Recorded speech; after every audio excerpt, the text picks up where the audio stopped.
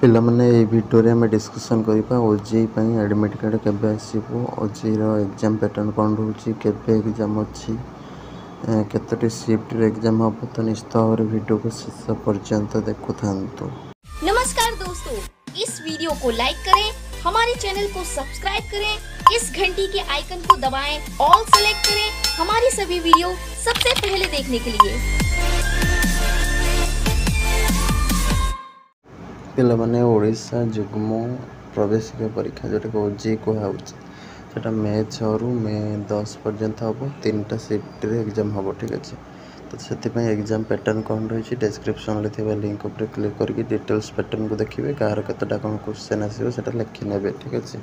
तापर तुम 3टा शिफ्ट रे जो हम राज्य 30टा सेंटर हम और पश्चिम बिहार और झारखंड रे 3टा केन्द्र हम ठीक अच्छे। तापर तुम प्रथम शिफ्टा तुम 8टा रु 10टा, द्वितीय शिफ्टा तुम 12टा रु 2टा, तृतीय शिफ्टा 4टा रु 6:30 संध्या ठीक अच्छे।